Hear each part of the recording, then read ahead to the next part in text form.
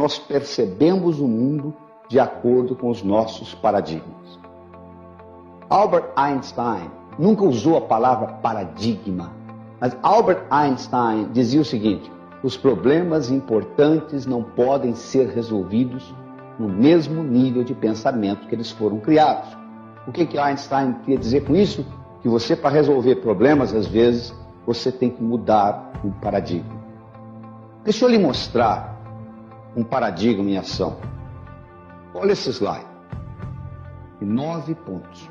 O problema é o seguinte: com 4 linhas retas, sem tirar o lápis do papel e sem passar pela mesma linha mais de uma vez, cumprir esses 9 pontos. Então vamos aí, ó. 1, 2, 3, 4. Esse aqui ficou sobrando, não deu, né? Vamos tentar diferente. 1, 2, 3, 4. Esse aqui ficou sobrando, não deu, né? Você pode continuar tentando, que você não vai conseguir, a não ser que você mude o seu paradigma. Olha esse slide aí, ó. Ah, mas agora nós saímos do quadrado. Que quadrado? Você criou na sua mente o quadrado. Não tinha nenhum quadrado.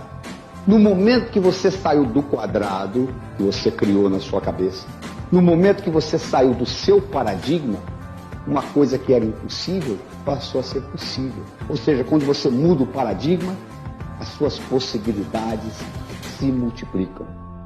Mas se é tão simples, por que as pessoas não mudam os paradigmas? Porque para você mudar um paradigma, você está querendo dizer o seguinte: eu sou obsoleto. Ninguém quer ser obsoleto. O indivíduo continua martelando no velho paradigma que às vezes não funciona mais. Vou lhe dar um exemplo. Em 1979, a Suíça tinha 65 mil suíços trabalhando no mundo de relógios. Se você perguntasse naquela época por quanto tempo mais a Suíça ia continuar dominando o mundo de relógios, era para os próximos pelo menos mais 50 anos. Em 1982, 3 anos depois, a Suíça tinha apenas 15 mil homens trabalhando no mundo de relógios. 50 mil suíços foram mandados embora. Por quê? O relógio eletrônico foi inventado. Antes do relógio eletrônico, a Suíça controlava mais de 90% do lucro de relógios no mundo.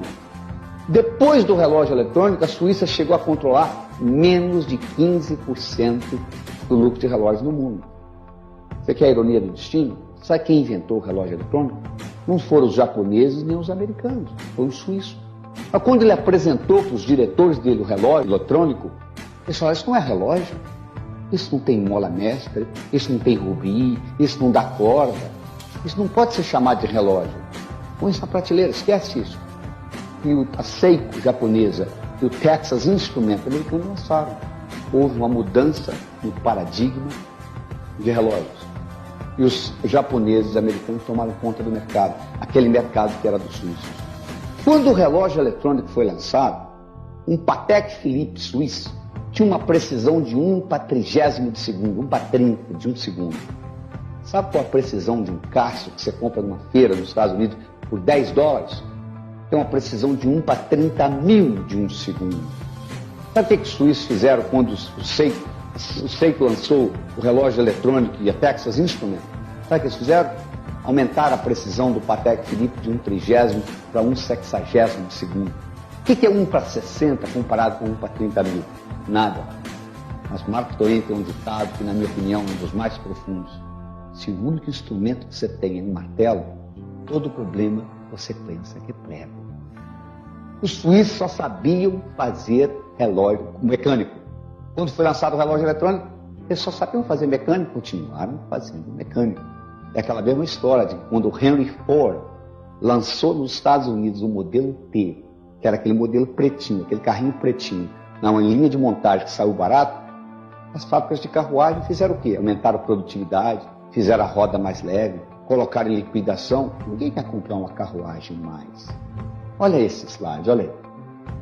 Olha aí o poder que isso dava 300, 400, 500 anos atrás, com esses 4 cavalos. Hoje, se eu lhe der uma carruagem dessa de presente, você não quer, você não tem nem lugar para guardar o cavalo. Mal você tem lugar para guardar seu carro. O que aconteceu? Houve uma mudança no paradigma de transportes. Mudou. Se mudou, você tem que mudar. Só que quando você muda um paradigma, você tem que voltar à estaca zero. Quando os suíços finalmente decidiram competir nos relógios eletrônicos, todo o know-how que eles tinham de rubi, de mola mestre, aquilo acabou. Eles tiveram que aprender eletrônica com os japoneses e americanos. Por todas as vezes que nós vamos começar um novo paradigma, nós temos que voltar à estaca zero. E ninguém quer ficar obsoleto. Senão, se eu tiver que mudar, quer dizer que eu sou obsoleto. Eu não quero ser obsoleto. Eu vou continuar malhando naquilo que eu penso que sei. Sucesso no passado não garante sucesso no futuro. Uma coisa que funcionou no passado para você dentro de um paradigma, se houve uma mudança de paradigma, a abordagem é totalmente diferente. No seu negócio, a estratégia que você tem no período inflacionário tem que ser diferente da estratégia que você tem num período não inflacionário, que não é a mesma coisa. Mudou a regra do jogo. Se mudou a regra do jogo, você tem que mudar o modo como você joga. Por exemplo, no mundo empresarial, antigamente um executivo era um indivíduo que resolvia problemas na empresa e reagia ao mercado. Hoje, no novo paradigma, um executivo hoje, sabe o que ele faz? Ele antecipa o futuro e identifica oportunidades. Para isso que nós ganhamos dinheiro hoje, para identificar oportunidade para nossas empresas e para antecipar o futuro. Só que a antecipação é uma habilidade que não está sendo ensinada nas escolas. Então as escolas estão preparando os indivíduos para um mundo que não existe mais. Este é que é o grande problema.